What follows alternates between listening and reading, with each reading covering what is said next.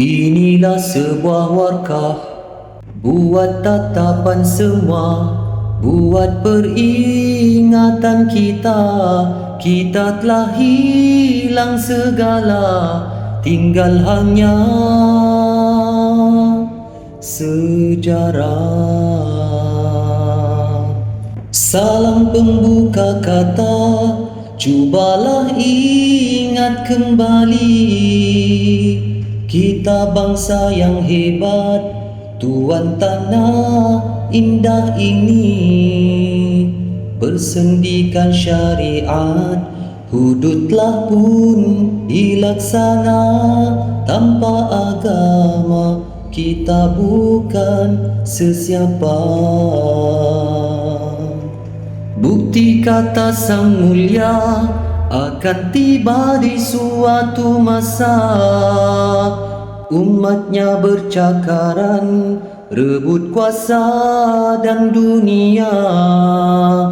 Yang baik dijahatkan, yang jahat dimuliakan.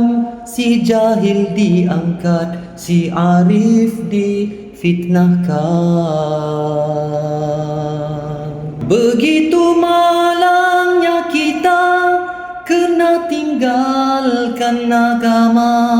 Hanya Islam pada nama, tidak pula pada jiwa. Walau ramai pada bilangan, namun mudah dikalahkan. Iman lemah, amal kurang, hati kosong, jiwa melara. Mereka tidak tidur, tekad dan nekat bekerja.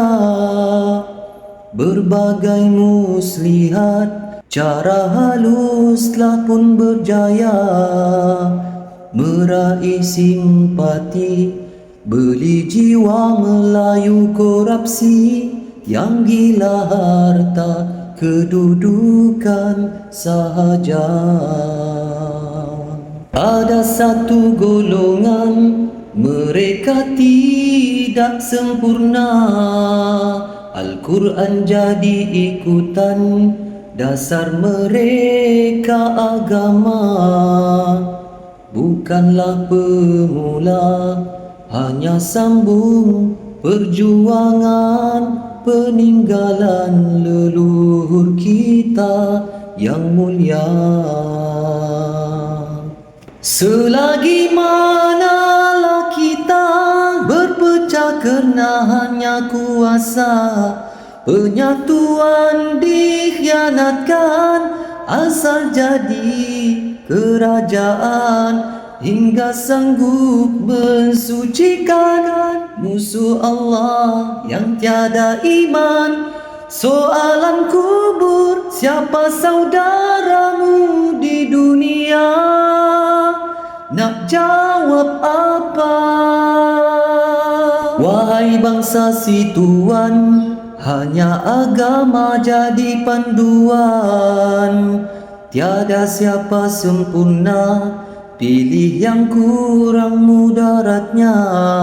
Tinggalkanlah harapan, dalamnya penuh haruan. Menunggu mangsa diratah dan ditelan.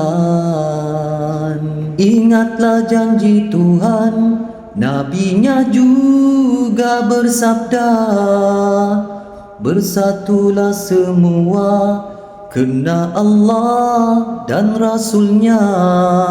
Bangkitkanlah kembali kemuliaan bangsa ini. Kepada Allah berserahlah padanya. Bangkitkanlah kembali kemuliaan bangsa ini. Kepada Allah berserahlah padanya.